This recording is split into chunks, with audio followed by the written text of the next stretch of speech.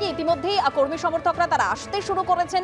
আগামীকাল তারা মিছিল করে সেই সমাবেশে পৌঁছবেন এবং সেক্ষেত্রে যান চলাচল কিভাবে নিয়ন্ত্রণ রাখা যাবে সে বিষয়ে আমরা আরো বিস্তারিত তথ্য জানবো।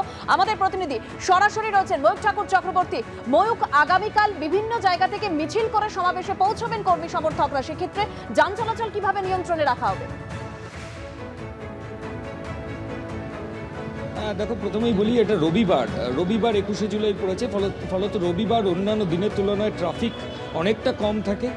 যারা অফিস কাছারিতে যান তারাও ছুটিতে থাকেন, ফলত ভোগান্তি এবং হ্যারাসমেন্ট যে মারাত্মকভাবে হবে এমনটা কলকাতা পুলিশ আধিকারিকরা মনে করছেন না। তাও যেগুলো সিগনিফিকেন্ট পয়েন্ট, যেমন হাওড়া স্টেশন থেকে তৃণমূলের যারা কর্মী সমর্থক আসবেন, আমরা 21শে জুলাইয়ের মূল মঞ্চের সামনে রয়েছি, তারা হাওড়া স্টেশন থেকে সরাসরি Howrah bridge, Brabourne road, new CIT road হয়ে তারা সরাসরি সেন্ট্রাল এভিনিউতে আসবেন এবং সেখান থেকে চাঁদনি চক মেট্রো স্টেশনের সামনে ম্যাডন স্ট্রিট হয়ে এসএন ব্যানার্জি রোড হয়ে এই যে রাস্তা 21শে জুলাইয়ের মঞ্চের ঠিক সামনে, এখানে তারা এসে পৌঁছাবেন।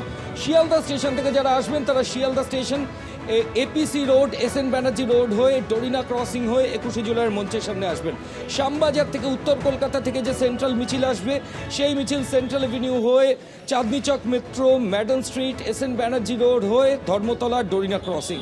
এবং দক্ষিণ কলকাতা থেকে হাজরা থেকে যে তৃণমূলের মিছিল আসবে সেগুলো হাজরা, আশুতোষ মুখার্জি রোড, জওহরলাল নেহরু রোড হয়ে ধর্মতলা।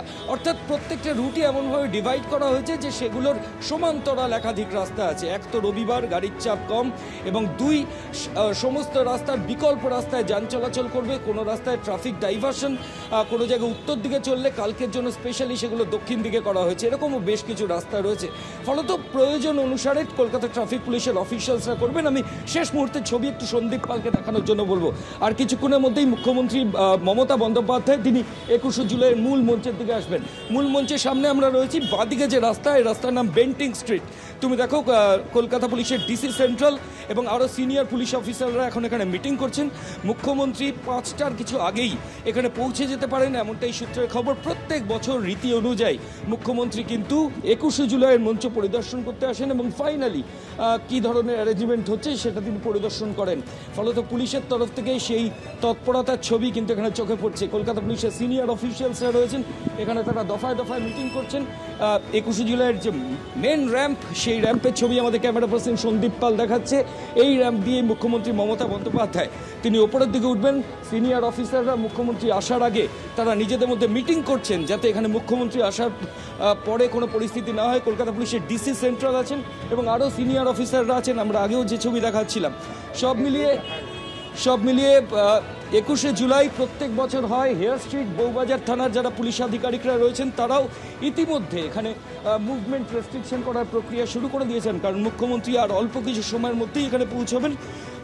প্রস্তুতি কিন্তু পুরোপুরি তুঙ্গেই রয়েছে এবং মঞ্চ তৈরির কাজ পুরোপুরি শেষ। মঞ্চের ওপরে তৃণমূল কংগ্রেসের ফ্ল্যাগ এবং 21শে জুলাই যেহেতু শহীদ দিবস পালন করে তৃণমূল, ঠিক সেই কারণেই তুমি দেখো যে মেন ফ্লেক্স অমর 21শে জুলাই শহীদ স্মরণে শ্রদ্ধাঞ্জলি এবং মমতা বন্দ্যোপাধ্যায়ের ছবি তলায় ডান দিকে 21শে জুলাইয়ের কোলাজ করা ছবি এবং তারই ডান দিকে পতাকা লাগানোর কাজ চলছে। একটা তৃণমূল কংগ্রেসের দলের পতাকা, তার পাশে কালো পতাকা অর্থাৎ শহীদ দিবস। এই রকমভাবে সিকুয়েন্সে এখানে কিন্তু মূল যে মঞ্চ সেটার প্রস্তুতির কাজ এই মুহূর্তে যারা কর্মী তারা করছেন।